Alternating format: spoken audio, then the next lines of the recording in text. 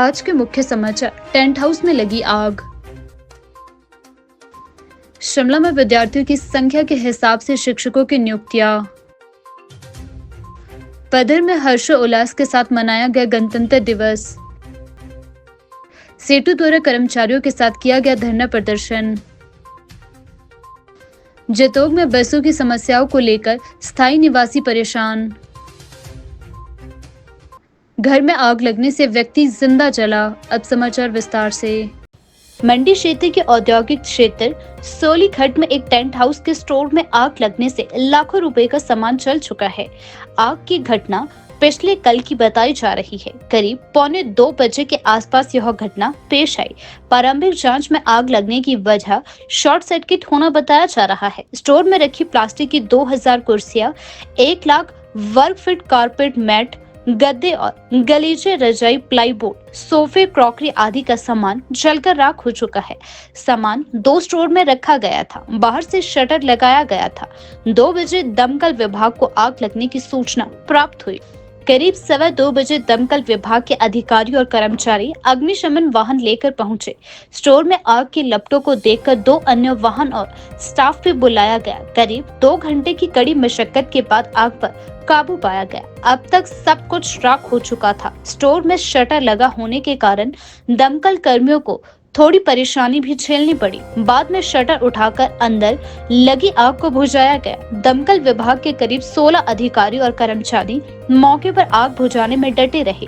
प्रभावित गुरजिंदर सिंह पुत्र त्रिलोचन सिंह के अनुसार आग की घटना से करीब 50 लाख रुपए का नुकसान हो चुका है। करीब 2 घंटे तक आग की लपटें और धुआं उठता रहा। इस दौरान बड़ी संख्या में लोग भी जुट गए। अग्निकांड के दौरान स्टोर में कोई भी व्यक्ति मौजूद नहीं था। अग्निशमन विभाग के अधिकारी मनीष शर्मा ने बताया कि उन्हें 2 बजे सूचना मिली थी। मौके पर 3 वाहनों और 16 अधिकारियों और जवानों की सहायता से आग पर काबू पाया गया। पुलिस के जवान भी आग के समय मौके पर लोगों के साथ नजर आए। स्कूलों में विद्यार्थियों की संख्या के हिसाब से शिक्षकों की नियुक्ति विभिन्न सरकारी नीतियों और मानकों पर निर्भर करती है। सामान्य यह नियुक्ति बच्चों की संख्या, कक्षा के आकार और शिक्षा की गुणवत्ता को ध्यान में रखते हुए की जाती है। भारत में शिक्षा के क्षेत्र में शिक्षक विद्यार्थी अनुपात का निर्धारण किया जाता है ताकि यह सुनिश्चित किया जा सके कि हर छात्र को पर्याप्त ध्यान मिल सके। हिमाचल प्रदेश के स्कूलों में शिक्षकों की युक्तिकरण प्रक्रिया शुरू हो गई है। नए शैक्षणिक सत्र से स्कूलों में विद्यार्थियों की संख्या के हिसाब से शिक्षकों की नियुक्तियां होगी। उच्च और प्राथमिक शिक्षा निर्देशालय ने जिला उप निदेशकों से 15 फरवरी तक सरप्लस शिक्षकों और पंजीकृत विद्यार्थियों की सूची मांगी है। शहरों और उपमंडल स्तर से सटे स्कूलों में नियुक्त शिक्षकों के अब दूर दराज क्षेत्रों वाले स्कूलों में तबादले किए जाएंगे। युक्तिकरण की प्रक्रिया शुरू करते हुए शिक्षा विभाग ने सभी स्कूलों को एक परफॉर्मेंस जारी किया है। परफॉर्मा के तहत ऐसे स्कूलों की संख्या पूछी गई है जहां पर बच्चों की संख्या 20 व इससे कम है और ऐसे स्कूलों में कितने शिक्षक कार्यरत हैं। ऐसे स्कूलों की जानकारी भी मांगी गई है जहां पर विद्यार्थियों की संख्या अधिक है लेकिन शिक्षक कम है। 15 फरवरी तक यह जानकारी देने को कहा गया है। यह रिकॉर्ड आने के बाद शिक्षकों को बदलने की प्रक्रिया शुरू की जाएगी। नए शैक्षणिक सत्र शुरू होने से पहले शिक्षा विभाग शिक्षकों की युक्तिकरण की प्रक्रिया को पूरा करेगा। प्रदेश के ऐसे स्कूल जहां पर विद्यार्थियों की संख्या 20 व इससे कम है, वहां पर शिक्षक 3 या इससे अधिक है तो उन्हें बदलकर दूसरे स्कूलों में भेजा जाएगा। उपमंडल स्तरीय गणतंत्र दिवस समारोह के आयोजन पर राजकीय वरिष्ठ माध्यमिक पाठशाला पधर के प्रांगण में बड़े उत्साह और धूमधाम से आयोजित किया गया, जिसमें कार्यवाहक एसडीएम व तहसीलदार पधर डॉक्टर भावना वर्मा ने मुख्य अतिथि के रूप में अध्यक्षता की। कार्यक्रम का शुभारंभ राष्ट्रगान व ध्वजारोहण के साथ हुआ। अपने संबोधन में उन्होंने सभी को संविधान के महत्व और इसके संरक्षण की जिम्मेदारियों की याद दिलाई। उन्होंने कहा कि यह दिन हमें हमारे संविधान निर्माताओं और स्वतंत्रता सेनानियों के बलिदानों का स्मरण करने का अवसर देता है। उन्होंने कहा कि हमारा संविधान न केवल हमारे अधिकारों की रक्षा करता है बल्कि हमारे कर्तव्यों की और भी संकेत करता है। देश की प्रगति और एकता बनाए रखने के लिए हमें हमारे कर्तव्यों को पूरी ईमानदारी के साथ निभाना होगा। उन्होंने युवाओं से आह्वान किया है कि वे देश के विकास में अपनी सक्रिय भूमिका निभाएं और शिक्षा, पर्यावरण संरक्षण और समाज सेवा में योगदान दें। हमारे संविधान के लागू होने के पूरे 75 वर्ष होने के बाद आज 76वें गणतंत्र दिवस की बहुत बहुत बधाई व शुभकामनाएं प्रेषित करती हूँ। आज से 75 वर्ष पूर्व 1950 में 26 जनवरी को हमारा संविधान लागू कर दिया गया, जिसके उपलक्ष्य में आज हम ये गणतंत्र दिवस कर रहे हैं दिनेश कुमार।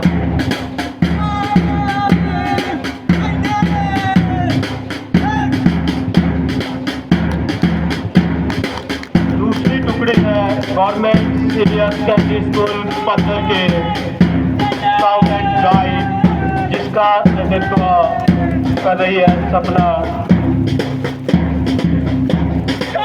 तीसरी टुकड़ी गवर्नमेंट सीनियर सेकेंडरी स्कूल पत्थर के NSS कैडेट के, जिसका संचालन कर रहे हैं पूजा।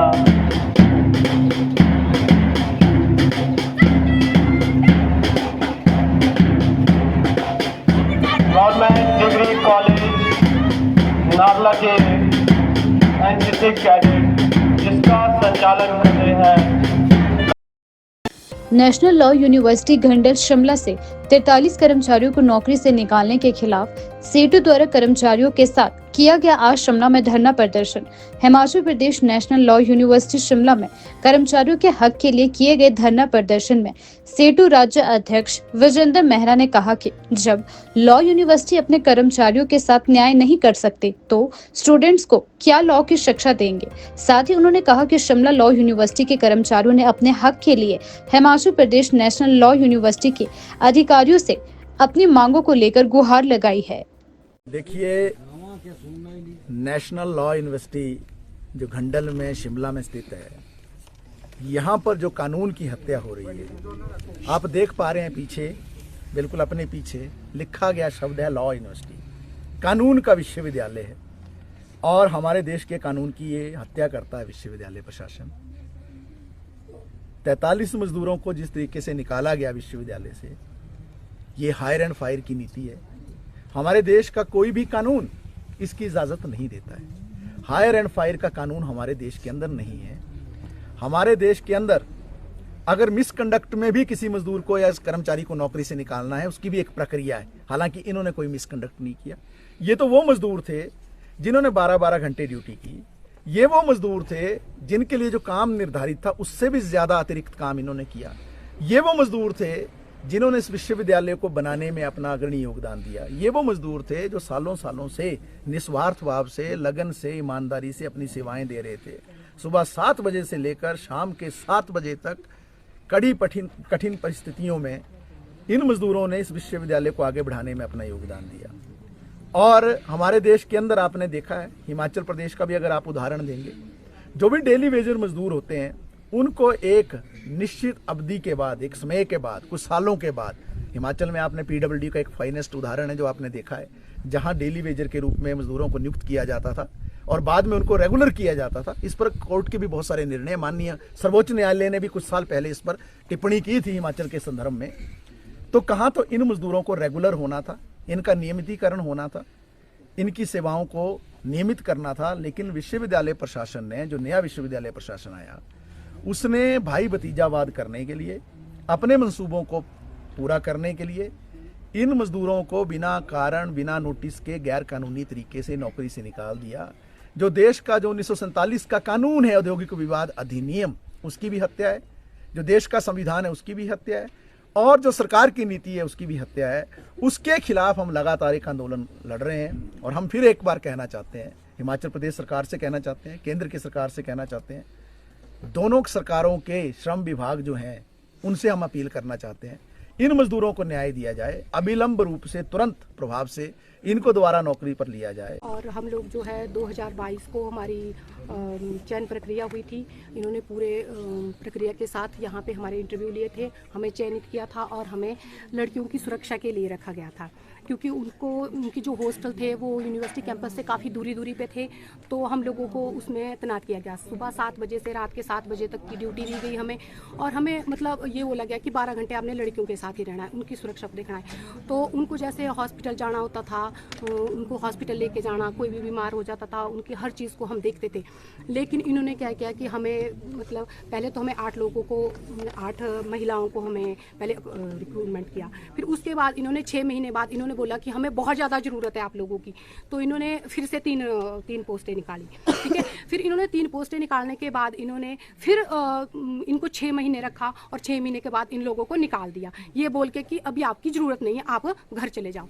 ठीक है सर। उसके बाद जो है ये 4 महीने बाद फिर से ये पोस्ट निकालते हैं, फीसें लेते हैं। तो उस टाइम भी 311 लेडीज़ों ने यहाँ पे फीस जमा करवाई। 500 रुपये फीस थी, इन्होंने 500 रुपये फीस ली और 311 जो लेडीज़ें हैं वो यहाँ पे इंटरव्यू देने आई। लेकिन इन्होंने क्या किया कि उन्होंने जिनको छोड़ा था उनको ही दोबारा रखा। लेकिन वो फिर इंटरव्यू क्यों करवाया गया था? क्या पैसे इकट्ठे करने के लिए करवाया गया था? अगर इनको ही रखना था तो फिर इनको निकाला क्यों? और दूसरी बात, हमारी ड्यूटी हुआ क्या था कि हमारे बीच में एक मेरी साथी है, उनकी ड्यूटी जो है सुबह 5 बजे से 9 बजे तक जिम में लगाई गई और रात को 5 बजे से रात के 9 बजे तक जिम में उनकी ड्यूटी लगाई गई। अब आप बताओ यहाँ से रात को 9 बजे एक अकेली लेडी कैसे जाए? लेकिन इन्होंने ये बोल दिया कि अगर नौकरी करनी है तो करो, अगर नहीं करनी है तो घर चले जाओ। ठीक है, इन्होंने 5 महीने उस लेडी से सुबह के 5 से 9 बजे तक और रात के 5 बजे से रात के 9 बजे तक इन्होंने उनसे जबरदस्ती ड्यूटी करवाई। ये हरासमेंट किया गया हम लोगों को, सबको। हमें मतलब मैं मीडिया के माध्यम से अपने जो यहाँ पे जो बच्चे पढ़ रहे हैं उनके माता पिता को ये संदेश देना चाहती हूँ कि उन्होंने उनके बच्चों की सुरक्षा, उनकी बेटियों की सुरक्षा कहाँ है? ये DSW, ये कुलपति जी ये हमें बताएं कि इनकी ये क्या सुरक्षा दे रहे हैं लड़कियों को। ये रात को लड़कियों को अकेले ड्राइवर के साथ भेजते हैं हॉस्पिटल, इनके साथ कोई हॉस्पिटल लेडीज नहीं जाती है। ये बोलते हैं कि एक लड़की को साथ ले जाओ, हॉस्पिटल ले जाओ, तो ये ड्राइवर के साथ भेजते हैं। क्या ये दोबारा निर्भया कांड को जन्म देना चाहते हैं ये प्रशासन? मैं इनसे आपके माध्यम से ये हमारे जो न्यायालय में बैठे हैं चीफ जस्टिस जी, मैं उन तक भी अपनी बात पहुंचाना चाहती हूँ कि वो अपने प्रशासन को पूछे कि उन्होंने लड़कियों की सिक्योरिटी के लिए क्या रखा है। शिमला के रूट और बसों की समस्याओं को लेकर परेशानी लगातार बढ़ती जा रही है। इस दौरान शिमला के जतोग में प्राइवेट और HRTC के बसों के समय को लेकर स्थायी निवासियों को काफी दिक्कतों का सामना करना पड़ रहा है। हमारे यहाँ पर जो प्राइवेट बसें हैं उसके लिए हम कई सालों से आज के साहब जो बोलते आ रहे हैं, पहले भी सरकारें थी, उसमें ये इन लोगों की अपनी मनमानी है। और जितने इनके 104 रूट थे उसमें से इक्का दुक्का रूट जो है जतोग के लिए शिमला से चलता है। और इसमें हम लोगों के ऊपर झूठा केस भी बनाया गया था, जो हम लोगों ने 9 लोगों ने जो है 9 साल तक भुगता है और बसें आज तक नहीं आई। नंबर 2 पे मैं कहना चाहूँगा कि हमारे HRTC की बस जो है राजा साहब के टाइम में जो है राजा साहब ने एक जतोग के लिए दिया था स्पेशल रूट, नई बसें जब आई थी वो बसें चलती रही है। लेकिन अभी दिवाली के 2-4 दिन पहले जो है वो बस जो है जो 10:05 पे इन द मॉर्निंग जतोग आती थी वो जो है बंद कर दी गई है। और सभी लोगों ने RM साहब को फ़ोन किया है, मैंने खुद भी फ़ोन किया था खड़ी RM साहब, तो उन्होंने कहा कि जो आपका बनूटी में कॉलेज बन रहा है कहीं, वहाँ के लिए हमने वो बस कन्वर्ट किया है और हमारे पास जो है सरकार के पास बसें नहीं है। तो हम लोगों ने कहा कि सर आप जो है सरकार से बात करिए, जनता की बस को आप क्यों बंद कर रहे हैं, जबकि यहाँ के लिए एक स्पेशल लगाओ, इसके बाद तो कोई बस नहीं है। तो उन्होंने कहा कि इसका 10:30 का टाइम है। वहाँ पर हमने SDM साहब से बात की है, पुलिस वहाँ पर जो है एक तैनात करना पड़ेगा कि वहाँ पे मोड़ने में लोग गाड़ियाँ लगाती हैं, इस वजह से टाइम लगता है। फिर भी वो 11:15 आएगी, ये मतलब उसका रूट टूट चुका है। तो जब मतलब 11 बजे तो उसके बाद तो बस आती नहीं, वो डायरेक्ट शिमला निकल जाती है। इस वजह से बसों की मतलब जो है भारी दिक्कत का सामना जतोग निवासियों को बड़े लंबे अरसे से करना पड़ता है। हमने इसके बारे में देखो जी आरएम साहब को तो हमें पीछे कई लोगों ने फ़ोन किया स्थानीय निवासी और हम लोग जो है 1 महीना पहले हम लोग जो आरटीओ साहब से मिले प्राइवेट बसों के लिए। उनके 104 रूट है जतोग के लिए, तो उसमें से इक्का दुक्का आता है। जब उनके पास समय होता है तो वो जतोग के लिए चले जाता है, अदरवाइज वो ढांडे से मोड़ के चले जाते हैं। टूटू के आगे ढांडे का मोड़ है उनका, वहाँ से वो उधर जाते हैं, वहाँ से मोड़ के वो वापस आ जाते हैं। हिमाचल प्रदेश की पर्यटन नगरी मनाली में एक निजी घर में आग लगने से व्यक्ति की जिंदा जलकर मौत हो चुकी है। मृतक की पहचान ईश्वर दास 50 वर्षीय पुत्र जयचंद के रूप में हुई है। स्थानीय लोगों को सुबह इसकी जानकारी मिली। इसके बाद सूचना पुलिस व अग्निशमन विभाग को दी गई। मौके पर पहुंची पुलिस ने शव को अपने कब्जे में लेकर पोस्टमार्टम के लिए भेज दिया है। हालांकि अग्निशमन विभाग की टीम के पहुंचने तक स्थानीय लोगों ने आग पर काबू पा लिया था। बताया जा रहा है कि हादसे के व्यक्ति अपने घर में अकेला था। तहसीलदार मनाली अनिल राणा ने कहा कि हादसे में एक व्यक्ति की जिंदा जलकर मौत हो चुकी है। आग से घर के कमरे में करीब 2 लाख रुपए का नुकसान भी हुआ है। उधर डीएसपी मनाली केडी शर्मा ने कहा कि पुलिस मामले की जांच कर रही है।